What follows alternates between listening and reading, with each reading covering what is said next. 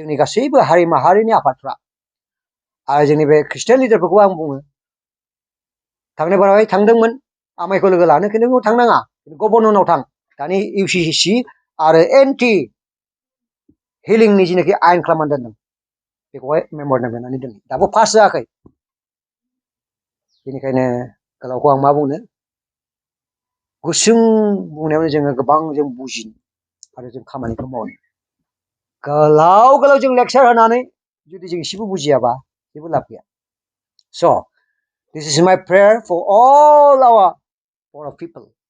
Let God may grant wisdom from above, which is first pure and lovely, helping others, thinking good for others, not selfishness. This all things should be received from above. This is called wisdom. Good morning. दिनै आङो media फंबायमोनखौ हामबाय होनग्रोदों आरो आंनि मोजां मोननाय गोजोननाय खुलुमनायखौ आङो आंनि गासैबो जोंनि बर' हारिनि आं जासिग्रोबाय आङो डक्टर समनि सिमां इस्लारि दिनै जिनाखि जोंनि आसामाव बारहावा बारफुदों इउसिसिनि सोमोन्दै बेनि सोमोन्दै आं एसे बुंनो सानदों इउ माने इउनिफर्म सापज दिनै जोंनि बे गसाइगावआव आंनि आन्दाजाव 20,000 25,000सो मानसि दं जानो हागौ सुबुं दा बे गसाइगावनि गासैबो 25,000 20,000 मानसिया माने गोमो दख'ना गोमो ब्लाउस बा गोमो गामसा गोमो गस्ला गाननांगौ माने एखे जाजोबनांगौ इउनिफर्मानो बे आरो दा जोंनि आमाइया बुंदों बे इउसिसिआ फोरलानि थाखाय जानाय नङा बा आंनि मामायनि थाखाय जानाय नङा बा सोरबा बर'फोरनि थाखाय जानाय नङा दस्रानि थाखायसो बे मालाबाबो जानो हाया जेब्ला बेखौ पास जाबाय बे बयनिबो थाखायसो जाखायो बेनिखायनो आङो बे इउसिसिनि अनगायैबो आङो बुंनो सानदों जोंनि गोजौआव एबार जुदि दानि खुंथायाव थानाय सरकारा जुदि मेजरिटि जायोमोनबा जोङो मेजरिटि जानो थाखायहाय 272 केन्डिडेट्स नांगौ बा 272 जन एमपि थाब्लासो मेजरिटि बिनि गोजौआव बा 272 जनावनो जायो आरो दा बिसोरो मेजरिटि जानो हायाखै बेनिखायसो जेनाखि जोंनि बे डक्टर बि.आर. आम्बेडकारनि जेनाखि होलांनाय जोंनो मोनसे मा होनना बुङो बेखौ संबिजित बेफोर गासैखौबो सोलाय सोल' खालामनानै रेडि खालामनानै दोनखाबाय दा मेजरिटि जायोबानो बेखौहाय जोंनि आफादगिरिखौ महर होहोगोन अब्लानो बे एक जाबाय आरो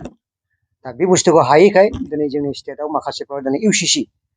बे फंबाय होनदों इउसिसिखौ बै बिदा आरो देरसिन जेनाखि सेन्ट्रेलाव खालामगोन बे जाबाथ' गैखाला दा बेखौ जायैखाय बे इउसिसिखौ दा खालामदों आरो दा जोंनि आसामावहाय जोंनि मामाया पास खालामबाय बेखौ जों मोनथिगौ खिन्थु बियो दासिमबो एक खालामनो हायाखै बे बुस्थुआ गभर्नरनाव थांगोन गभर्नरा जेब्लानाखि बेखौहाय महर होबाय अब्लासो एक जाबाय दा थिग बेबायदि हिसाबै थांनाय बारावबो एन्टि हिलिं मोनसे केबिनेटआव बिसोरो दानानै दोनदों खिन्थु बियो दाबो एक जायाखै बेयो गभर्नरनि आखायाव दं दा गभर्नरा बेखौ खालामनोबो हागौ बा गारनोबो हागौ दा बेनिखायनो आं खावलायगोनसो थांनाय बाराव जोंनि ख्रिस्टियान लिडारफ्रा आमायनाव थांदों होनना आं मोनथिगौ खिन्थु बे आमाया ओरैबायदि जोंनि जाथिखौ ओरै खालामनाय गाख्रेब सुख्रेब खालामना फोजोबनायनि लामायाव थांगासिनो दं बिनाव थांनानै जेबो लाब गैया बेनिखायनो आं खावलायदों बे थांनाय बारनि जिनाखि एन्टि हिलिं पास खालामदों बेखौहाय मोनसे मेम'रेन्डाम हैनो थाखाय आंनो जोंनि ख्रिस्टियान दैदेनगिरिखौ आं खावलायगोन जाहाथे मेम'रेन्डाम गभर्नरनो हैनानै दोनो आरो बे दानि इउसिसिनि थाखायबो जाहाथे गभर्नरनावहाय थांनानै मेम'रेन्डाम हैनानै दोनो आरो आं खावलायगोन जोंनि जाथि माहारि जोंनि जाथि माहारिनि बेसेबांनाखि आफादफोर दङ दिनै बे इउसिसिनि सोमोन्दै जों प्रटेक्ट खालामथारनांगोन हानायखिनिखौ उनावथ' जोङो हाबावनाय नंला बुंनो दा जों हायो बुंनो दिनै आं खावलायगोन जाहाथे गभर्नरनाव थांनानै बे जोंनि ट्राइबेलनि आफाद मा होनना बुङो सिस्टिअ ना मा होनोमोन बिथांमोनखौ आं खावलायगोन जाहाथे बेखौ थांनानैहाय मेम'रेन्डाम होनानै दोननो आरो जोंनि आफाद जोंनि मा होनो आबसु दं बा बनसु दं मा दं गोबांथार दङ जाहाथे बिसोरबो जाहाथे प्रटेस्ट खालामो दिनै बाख्नायथाव सासे गोदानै सिफ जानाय खोला भारतनि हारसिङैनो बिथाङा दा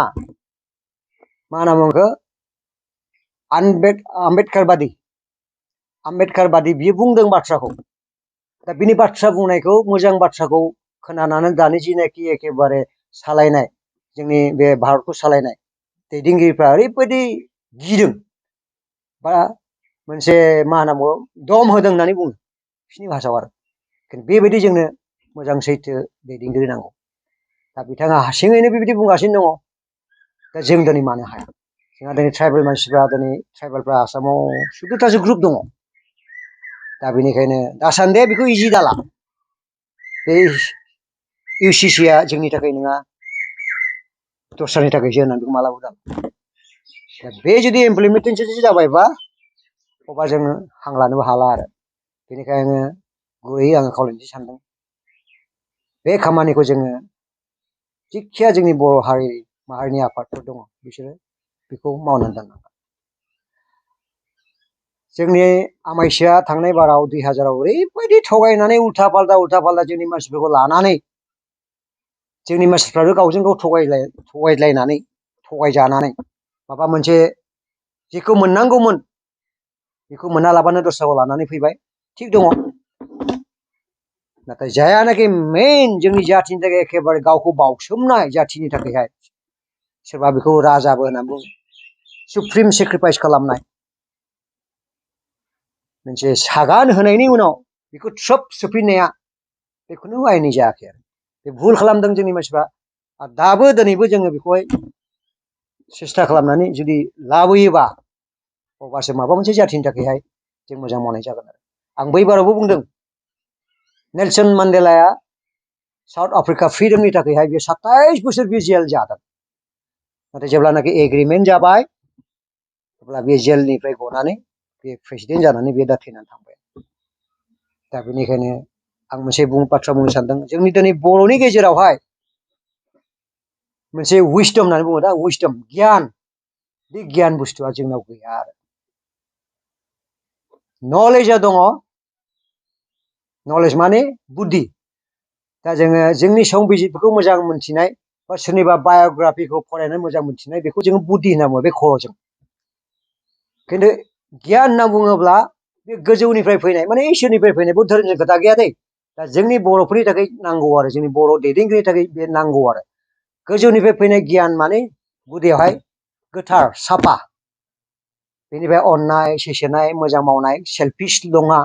दिनै जोङो बुंनो थाङोब्ला जों गासैखौबो जों मोनसे मा होनना बुङो गावनिखौल' बादि जों नुयो आरो बेनिखायनो जों जाथिया नस्थ'आव थांगासिनो दङ दा आङो बारा गोलावखौ बुंला जों बयबो मिथिगौ UCC आरो बयबो बुंनो गोरों मोनथिजोबगौ नाथाय जोङो मावनो रोङा बेनिखायनो आङो बेखौसो खावलायनो सानदों समाज सिबियारि जानानै बयनिबो मोजांनि थाखाय दाबो दङ समाय प्लिज गभर्नरनाव थांनानै मेम'रेन्डाम होनानै दिनै जोंनि गासैबो हारि माहारिनि आफादफ्रा आरो जोंनि बे ख्रिस्टियान लिडारफोरखौ आं बुङो थांनाय बारावहाय थांदोंमोन आमाइखौ लोगो लानो खिन्थु बेयाव थांनाङा गभर्नरनाव थां दानि UCC आरो एन्टि हिलिंनि जिनाखि आयेन खालामनानै दोनदों बेखौहाय मेम'रेन्डाम होनानै दोनदों दाबो पास जायाखै बेनिखायनो गोलावखौ आं मा बुंनो गुसुं बुंनायावनो जोङो गोबां जों बुजिनो आरो जों खामानिखौ मावनो गोलाव जों लेक्सार होनानै जुदि जों एसेबो बुजियाबा जेबो लाब गैया स' this is my prayer for all our people let God may grant wisdom from above which is first pure and lovely helping others thinking good for others not selfishness this all things should be received from above it is called wisdom knowledge means just to know something about someone this is called knowledge the buddhi आरो गियाननि फारागा बे आरो so this is my prayer let God grant wisdom to our leaders to our people God bless you thank you